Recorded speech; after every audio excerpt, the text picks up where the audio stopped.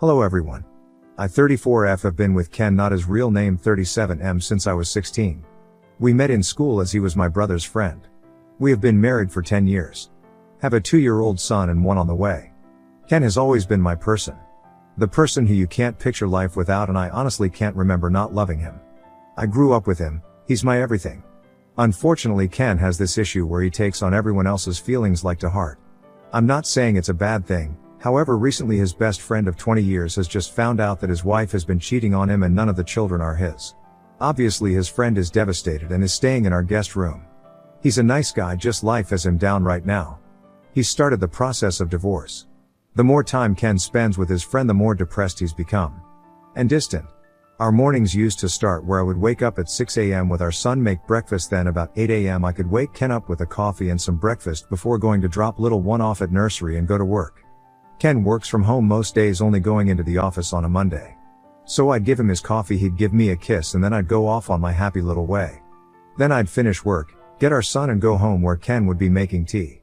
I'd clean up after whilst he was bathing our son and putting him to bed. I thought this was life. It might sound boring to some, but it was my life and I loved it. Our house was filled with love. We would spend our nights cuddling, talking, watching a movie. Date night once a month. We would take our son out together on a Saturday and then Sunday go visit family or have friends over. You get the picture, I'm rambling. Sorry. Anyway, for the past month things have been changing. Ken is more depressed. I make him a coffee in the morning and just get a mumble, "Thanks." I'd come home from work and the friend and him would be in the living room watching sports. I'm now making tea. Bathing our son, neither of them will barely talk to me. We don't go out on the weekends together. I feel like a single parent. I've tried to talk to Ken about it all, but I get one-worded answers. Then he stays up till about 1 a.m., which I know it's not super late, but I'm passed out by then. I'm exhausted, alone and pregnant. I miss my husband. Yesterday I came home from work and you know when something just doesn't feel right? Well, I went to find Ken to see what he was doing, as his friend wasn't in the house but Ken's car was.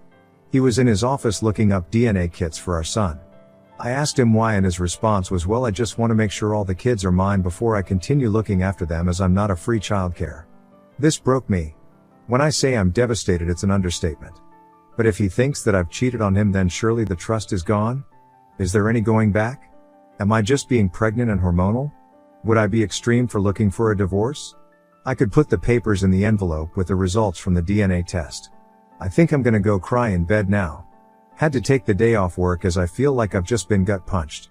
Update 1. Hello Reddit. Well, after my post earlier this afternoon I cried, then read all your lovely comments and I couldn't be more grateful. I think posting about it here really helps for some reason. Weird how telling complete strangers that I'm struggling with life seems to help. So I think after my pity party, which couldn't last long due to being a parent, I called my stepmom and dad. My mom died when I was 10. They are coming to stay with me on Friday. Crying on the phone helped, although I'm not really sure they could truly understand a word of what I was saying. I've spoken to Ken. Well, more like spoke at Ken, telling him that his friend is till Thursday to leave. I'm not a monster and can't just tell him to leave at the drop of a hat. I've also told Ken he needs to leave too. Whilst yes, I could go to my dad's house, I don't want to disrupt my little one more than needed, and all the things for my baby is here too. Especially as I'm 8 months along, it just seems stupid for me to be the one to leave. I've made it a point of not pointing out it's my house either. I'm trying to be calm and sensible. I'm not 100% sure Ken listened, but I did message his sister, who is a force to be reckoned with, and she said she will make sure he's gone by Thursday night. Things I've told Ken I want is, yes, he can have the DNA test, but I will be damned if I'm the one to do it. He can also have one for the baby, as I ain't got shit to hide. I know that some people have questioned why I'm so against it. Let me make something clear. I would never cheat because, as I said in my last post, Ken is / or was I to know, my person. He's the only man I've ever been with. So that isn't any concern of mine. I'm just hurt that he wants one because clearly he doesn't trust me. So things I want him to have the DNA tests, mainly so I can make him eat the results. Not literally, I'm just venting. I'm also going to suggest couples therapy. I already see one due to losing my mom and my little sister in a car crash when I was little. I want to suggest he sees one alone, but you can lead a horse to water but can't make him drink it. I don't want to force him to do anything he doesn't want to do. I want him to maintain contact with our son. Yes, he doesn't believe he's the father right now, but that's no reason he should neglect him, as he's his, and I don't want to upset my son. Yeah, he's only 2, but still he deserves all the love from both his parents. He's done nothing wrong. Then obviously this one when he or she comes along. Still not sure about the state of my marriage, but even if divorce is what happens, I need to be able to get through to him so he can be the father he was. Am I going insane? Do I sound insane? I don't know why writing here helps so much. Thanks Reddit. Update 2. Hello again. Following my 2 other posts, I will answer some questions. Yes, it is my house. It was left to me when my mom died. I have lived here all my life. I didn't move out because I have a child and one on the way, so why should I be the one to leave? I get that some people believe I was the off for asking him to leave, but as I was heavily pregnant, have a toddler and it's my house, I wasn't about to leave.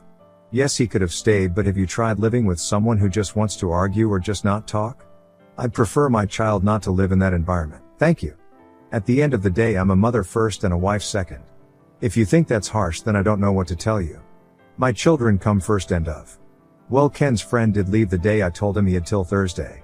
He wasn't happy about it and shouted some insults at me, which was amazing. Ken's sister came and picked up Ken. I wish I could tell you what she said, but she didn't say anything in front of me, just kept giving Ken death stares. We did get the DNA test for little one and Ken is the father, obviously. Ken somehow thinks I've intercepted the results even though I wasn't the one that did it. I wasn't the one that got handed the results, so he's clearly lost his mind. My dad came over and whilst I was making tea my waters broke. My little girl is here, she healthy and happy.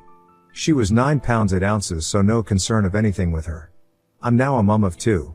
I am home now and Ken has been to see his baby girl, although as she's not had a DNA test he disagrees with her being his because his family doesn't have many girls yet. He has a sister, so I just rolled my eyes. I don't really know where to go from here. Ken is refusing therapy. He says there's nothing wrong with him or his brain. I beg to differ. He wants to get another DNA test for our boy but won't tell me when or where, so I can't interfere. Maybe one day he will come to his senses.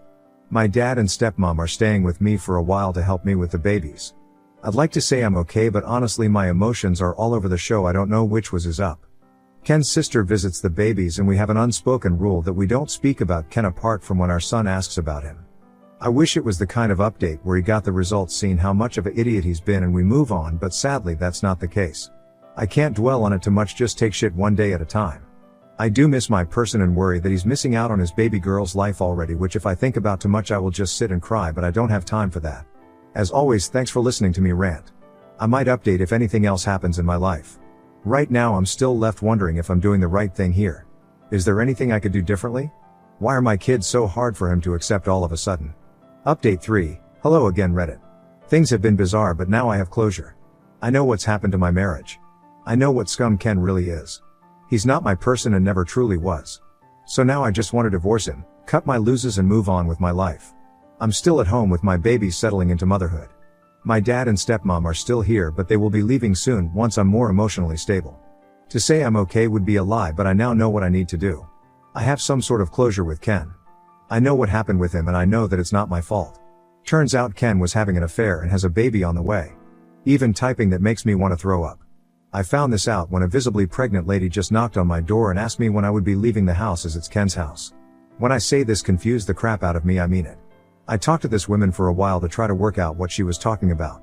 It turns out that she's Ken's side piece. Well, technically in her head she's his fiancée. A month ago Ken got down on one knee and proposed to her in my fucking kitchen. Classy, right? So they have been seeing each other for a while. She's having his baby. She believes I'm the ex-wife who Ken is letting him stay in his house till I get on my feet. We apparently broke up a few years ago and none of my kids are Ken's. When I go to work in the mornings Ken goes to her house and works from there. They were waiting for marriage to move in together. How you trying to marry someone when you are already married? Fucking weirdo. I asked for proof of all this. She has pictures of them together. Apparently she has a account that they make content together. I told her we are still married and explained everything to her. I'm not sure what she's going to do. But hey, not my circus, not my monkey. Now I want a divorce. Is it true that once you talk to a solicitor about divorce they can't represent the person you're divorced? I want to go around our town and meet with as many solicitors as possible, as the first hour is free, so that he has a very hard time getting representation. Is that too petty? The house is in my name only and is protected, so there is no way he can take it. I have all my money and we do have a joint account, but that's just what we put our share of household bills in. I haven't spoken directly with Ken. His family have completely cut him off and he's been kicked out of his sister's house. All those people that was concerned about him having tumor or something wrong with his brain, I really don't think that's the case. I think his actions just caught up to him as his lies were going to come out once his baby was born. I think that's what happened. He got backed into a corner and tried to fight his way out. Through divorce process I will get the court to do DNA testing so he has proof for both. Even if he chooses to not believe it. I'm mentally exhausted from all of this and sat wondering how I didn't notice. Might have to go for an eye test. But honestly, would I be so wrong for just making his life as difficult as possible to get legal advice, or is that too far? I want him to suffer. Update 4, December 1st, 2024. Well, hello there again, Reddit. I'm okay. I totally just forgot about my ramblings on here, lol. I'm doing okay.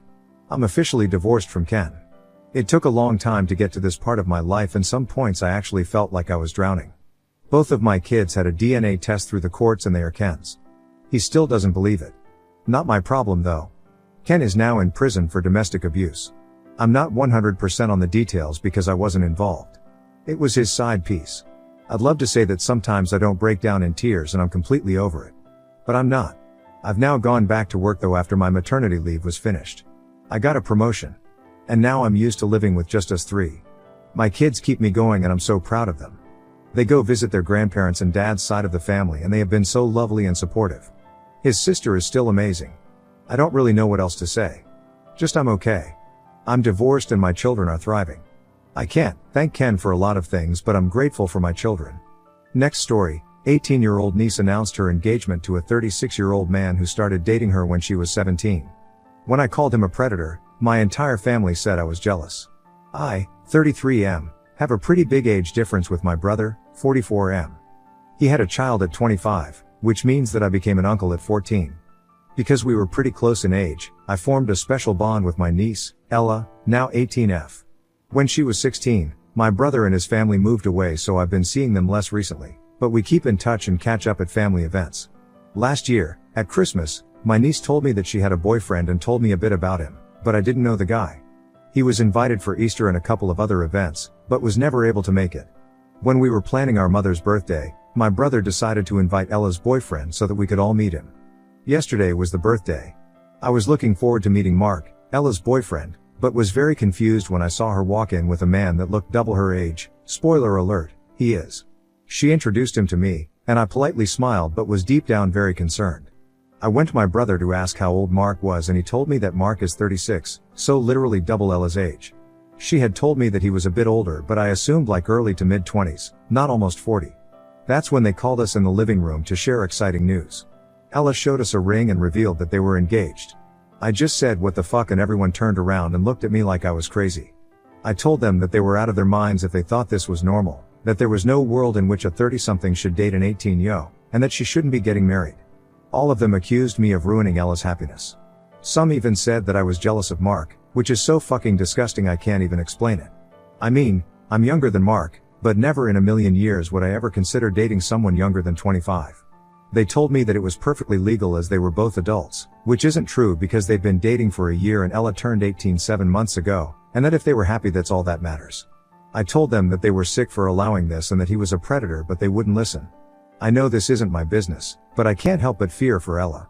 She is young and doesn't really know what she's getting into. I'm really scared of her getting married and being unable to leave him when she realizes how sick it was. I then left and slammed the door, and have been receiving pretty wild messages and calls since then. I don't know if I was wrong for this and I'm just overreacting, and if I wasn't wrong I don't know what I can do to make them realize how wrong it is. Ada? Update 1, November 9th, 2024. So I've taken the past 24 hours to really reflect on all of this. I tried to take in most of the advice in the comments, and here's what I have decided. I don't think that me telling her and everyone that the relationship is weird was wrong. I do however think that I did it wrong and it was pretty harsh because it was in the heat of the moment. But I still find this very creepy and don't think she should get married. What I've decided to do is, 1. Apologize to her. I sent her a text saying I was sorry for my outburst and that I should have thought it through beforehand. I told her that I never wanted to make her feel like I didn't want her to be happy, and that I loved her very much and had her best interests in mind. 2. Ask her if we could talk about this. I asked if she would be okay and free to hang out and maybe get coffee this week to talk about all of this with a clear head. I really want to try and get her to see why it's weird and that maybe marrying him is not a great choice. 3. Explain myself to my brother. I sent him a text saying that I was sorry for the way I said it, but that I still thought that it needed to be said. I explained to him why I think Mark is a predator and this relationship could have a very negative and damaging impact on Ella. I'm still waiting on their replies. I'll update when they reply, or when I see Ella, if she accepts, depending on how long it would take. In the meantime, I really want to thank everyone who gave me advice and was constructive, and really tried to help my niece out of this situation. I also send my best to all of the people in the comments sharing similar stories when they were the teenager getting groomed. I'm so sorry this happened to you, and I really hope you're doing better now. Update 2, November 12, 2024. So, following my text, see last post, Ella replied and told me she agreed to meet with me and talk. I just came back from seeing her. Here's how it went. She asked me what I wanted to tell her, and I started explaining that I didn't think her relationship was very healthy, and that no older guy should want to date a teenager.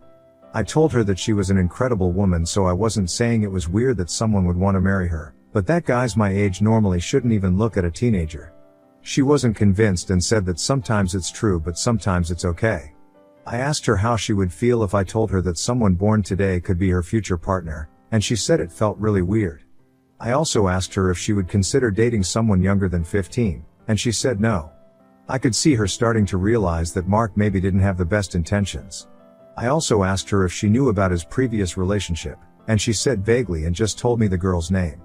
I asked her if she knew how old the girl was, and she said she was 21. I also asked her if she knew that their relationships overlapped, and she said that Mark always told her he was single since they met, but she kind of felt like that wasn't true. I told her that since his previous girlfriend was also significantly younger, it seemed like he had a thing for younger girls, which is kind of weird. After discussing that, she told me a bit more about her relationship. She told me she was starting to feel weird about it because of Mark's recent behavior. I asked what she meant, and she said that he had been flirting with a lot of girls, who were all also younger, including some of Ella's friends. When she confronted him, he sort of gaslit her into thinking it wasn't flirting. He was also making a lot of comments about having children with Ella and how cute it would be to see her raise them. She told me she was absolutely not ready for that and also wanted to go to college and work and not be a som. Because of all of that, she was doubting her relationship, and I told her that I understood. She said she was scared of breaking up with him because he had become her whole life recently and she didn't know what she would do without him. I told her that she was surrounded by people who loved her and would be there for her, and that she was a lot more than just Mark's girlfriend. I said that she knew my opinion on it, but that ultimately the choice was hers, and that I just wanted her to be happy. I also said I would be there for her no matter what. She told me that she will try to break up with him this week, and she'll let me know how it goes. I'll edit this post if I have more info. Also, again, thank you to everyone who gave advice and tried to help us. I really appreciate it. Edit. Okay, so I just want to say, some people in the comments seem to think that this is fake, and you know what, I can understand. And I don't really care. I'm not asking you to believe that my life is real or fake, and it's great that you don't just believe everything you see online. But I just want to say this. There are hundreds of people on here or elsewhere that share similar stories. I'm not really affected by people thinking I'm lying, mainly because I'm not the one in that situation. But some people might be. Some people come on here to share something that might have traumatized them, and the last thing they want is for others to think they're lying. So if you don't want to believe me, that's fine, but the next time keep that to yourself. It's fine to not believe something, but you don't have to say it, because it might make other people feel really bad. Additional info. Oop clarifies details regarding the BF's previous relationship prior to current one with Ella. To explain this in more details, I went through the guy's socials with my friends a few days ago because we thought there might be other weird things going on, and we ended up finding info about his previous relationship, the one right before Ella. So Ella told me at Christmas, so December 24th, that they had been dating for a few months, but when we searched his Facebook we saw a post wishing happy birthday to a girl who he called his baby on December 12th. And this girl appeared in other posts where they were kissing or he was calling her pet names, so we assumed she was his GF. Which Ella confirmed afterwards. And this girl also looked very young. He at one point wrote something about her and said as soon as you're done with college, so we knew she was in college. And she looked between 20 and 25. And Ella then confirmed that she was 21. But yeah, basically it seemed like he was still with his ex while dating Ella, so I asked her if she knew about that. Oop should be prepared to support his niece if she chooses to break up with her BF and distance himself from the family if they are blaming Oop for Ella's breaks up. Yeah, I'm pretty sure if she ends up breaking up with him, which I hope, her dad will blame me for it. Which is the last thing she'll need if she manages to get out of that relationship. I will gladly take the blame, but I'm just scared she'll feel guilty about it and blame herself if she sees that her dad is mad at me. She's a very empathetic kid, which is a really great quality, but sometimes she hurts herself because of it.